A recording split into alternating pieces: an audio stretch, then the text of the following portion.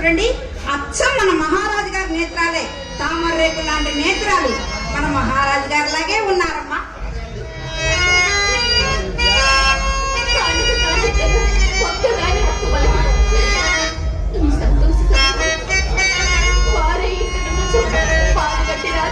ఎన్ని ఉత్సవములు, బాధపడకండమ్మా, బాధపడకండి. మీకు మంచి రోజులు వస్తాయి. అయినా బిడ్డను అలా ఎత్తుకుని ఏడవకూడదమ్మా. ఇంటికి ఒంటికి మంచిది కాదంటారు పెద్దలు. అయినా నీకు ఈ విషయం తెలీదా? అదేనమ్మా. అవును, విజయం చేకూర్చమ్మా. పావులు అయితే విజయం చేకూర్చాను. అవునమ్మా, నిజముగానే మంచిది. ఈ పాటి బయటలే ఉంటారమ్మా, వస్తూనే ఉంటారు. ఏం పర్వాలేదమ్మా.